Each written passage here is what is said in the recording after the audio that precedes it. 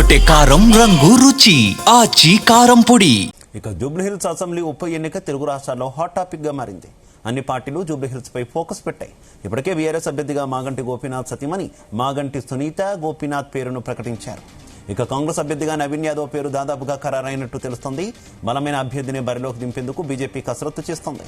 MIM silent గా ఉండడంతో మూడు పార్టీల మధ్య పోటీ ఉంటుందని భావిస్తుండగా సడన్ గా ఎంట్రీ ఇస్తున్నారు టీడీపీ అధినేత ఆంధ్రప్రదేశ్ ముఖ్యమంత్రి చంద్రబాబు. తెలంగాణ టీడీపీ నేతలతో కీలక సమావేశం నిర్వహిస్తున్నారు. జూబ్లీహిల్స్ బరిలో టీడీపీ ఉంటుందా లేక మిత్రపక్షం బీజేపీకి మద్దతు ఇస్తుందా అన్నది ఈ సమావేశంలో తేలనుంది. మరోవైపు నందమూరి సుహాసిని పేరు తెరపైకి వస్తుంది. కూటమి అభ్యర్థిగా నందమూరి సుహాసిని పోటీ చేయించే యోచనలో మూడు పార్టీలు ఉన్నాయని తెలుస్తోంది. జూబ్లీహిల్స్ అభ్యర్థుల కసరత్తులో బీజేపీ తయారు చేసిన జాబితాలో సుహాసిని పేరు కూడా ఉందని సమాచారం.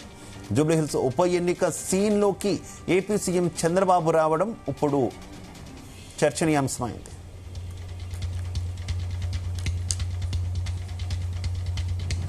రైట్, ఇదే అంశానికి సంబంధించి మరింత ఇన్ఫర్మేషన్ మా కరెస్పాండెంట్ శ్రీచరణ్ అందిస్తారు. శ్రీచరణ్.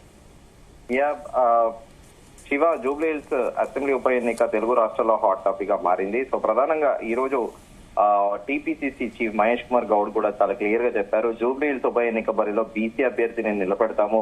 ఉప ఎన్నిక ఇన్ఛార్జీలుగా ఉన్న ముగ్గురు మంత్రులు కూడా బీసీ అభ్యర్థికే టికెట్ ఇవ్వాలని సిఫారసు చేశారని కూడా ఆయన తెలిపారు.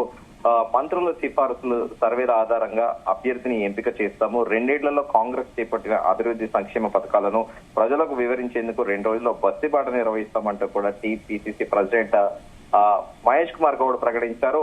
అయితే దీంతో పాటు ఇప్పుడు కాంగ్రెస్ పార్టీ ఇప్పటికే బీసీ అభ్యర్థిని నిలబెడతామని టీపీసీసీ ప్రెసిడెంట్ తెలపడము, అలాగే దీంతో పాటు ఇప్పుడు బీజేపీ పార్టీ కూడా బీసీ అభ్యర్థిని నిలబెడుతుందా లేకపోతే సేమ్ బీఆర్ఎస్ దిగవగత ఎమ్మెల్యే మాగంటి గోపీనాథ్ సతీమణి వాళ్ళ సామాజిక వర్గానికి చెందిన అభ్యర్థికి టికెట్ ఇస్తారా అనేది కూడా ఇప్పుడు ప్రస్తుతం చర్చనీయాంశంగా మారింది. దీంతో పాటు బీజేపీ పార్టీ ముగ్గురి కమిటీ కూడా వేసింది. ముగ్గురు వ్యక్తులని ఆ committee ground reality ground report తెలుసుకొని ఆ జూబ్లీహిల్స్ కాన్స్టిట్యున్సీకి బీజేపీ తరఫున ఎవరు ఫిట్ ఉంటారో వారికి కూడా వారు ఇచ్చే రిపోర్ట్ బట్టి కూడా టికెట్ ఇస్తారనేది కూడా టాక్ నడుస్తోంది. అయితే వాస్తవికంగా బీజేపీలో కూడా పలు పేర్లు కూడా వినపడ్డాయి మనకి. మొదటి నుంచి కూడా వీరపనేని పద్మ డాక్టర్, ఆమె బై ప్రొఫెషన్ ఆమె డాక్టర్, యూరాలజిస్ట్. ఆమె తర్వాత బండారు దత్తాత్రేయ కూతురు పేరు కూడా వినిపించింది. అనంతరం లంకల దీపక్ రెడ్డి, అలాగే తాజాగా కీర్తి రెడ్డి పేరు కూడా వినిపించింది. కొద్ది రోజులు ఆకస్మికంగా సినీ నటి జయసుధ పేరు కూడా వినిపించింది. సో ఈ నేపథ్యంలో బీజేపీ ఎవరికి టికెట్ ఇవ్వబోతుందా అనేది కూడా సర్వత్ర చర్చనీయాంశంగా మారింది. ఇంకా ఆ మాటకు వస్తే నందమూరి సుహాసిని గతంలో కూడా ఆమె కుకట్పల్లిలో కంటెస్ట్ చేసింది. ఆమె పేరు కూడా ఆకస్మికంగా బీజేపీ తరఫున తెరపైకి వచ్చింది. కానీ ఎందుకో మధ్యలో ఆమె పేరు కూడా కొన్నాళ్ళు మీడియాలో కూడా చాలా మటుకు కూడా పలు ఛానళ్లు కూడా ప్రసారం చేశాయి. సో ఇప్పుడు నందమూరి సుహాసిని పేరు కంటే ఎక్కువగా బీజేపీ పార్టీలో ఎవరికి అంటే కాన్స్టిట్యున్సీలో ఎవరికి ఎక్కువగా పట్టు ఉంటుందా అనే వాటిపైన కూడా బీజేపీ పెద్దలు ఫోకస్ చేశారనేది కూడా తెలుస్తోంది. అయితే ఇప్పుడు బీఆర్ఎస్ ఇప్పటికే మాగంటి గోపీనాథ్ సతీమణి మాగంటి సునీత గోపీనాథ్ కూడా ప్రకటించిన విషయం తెలిసిందే.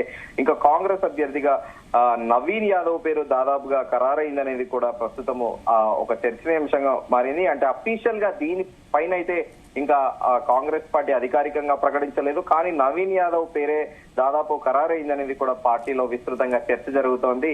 సో ఇదే దాంట్లో బలమైన అభ్యర్థిని కూడా బరిలో దింపేందుకు బీజేపీ కసరత్తు చేస్తోంది.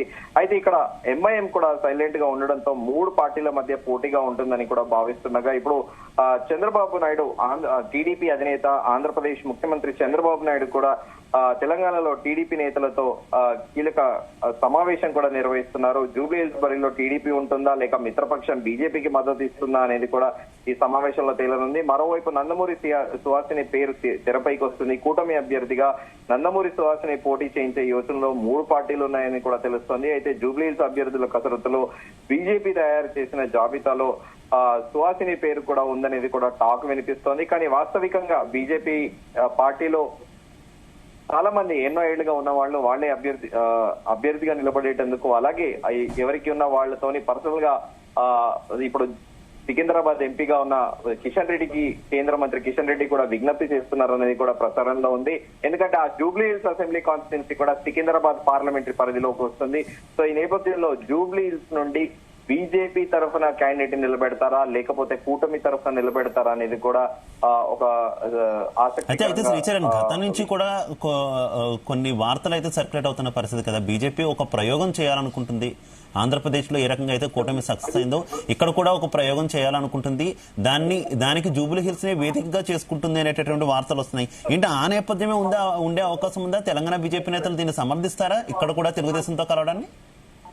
డెఫినెట్ గా ఇక్కడ వాస్తవికంగా కూడా చూసుకుంటే ఒకవేళ టీడీపీకి కూటమి వాస్తవికంగా ఆంధ్రప్రదేశ్ లో కూటమి, కానీ తెలంగాణ విషయానికి వస్తే ఒకవేళ కూటమికి చెందిన వ్యక్తులకి అంటే టీడీపీ తరఫున నందమూరి సుహాసినికి తెలంగాణ టీడీపీ తరఫున టికెట్ ఇస్తే మాత్రము బీఆర్ఎస్ మాత్రం ఇది ఒక ఆపర్చునిటీగా కూడా తీసుకునే అవకాశం ఉంది. ఎందుకంటే మళ్ళీ తెలుగుదేశం పార్టీ ఇక్కడ ఆంధ్ర పార్టీ ఇక్కడ తెలంగాణలో పెత్తనం ఏంటి అనేది కూడా మళ్ళొకసారి కూడా సెంటిమెంట్ రైజ్ చేసే అవకాశం ఉంది. సో ఈ నేపథ్యంలోనే చాలా జాగ్రత్తగా కూడా కసరత్తు చేస్తున్నారు.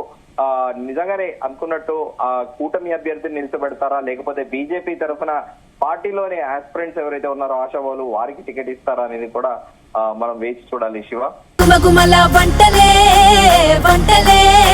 తెరకొట్టే కారం రంగు రుచి ఆచి కారం పొడి.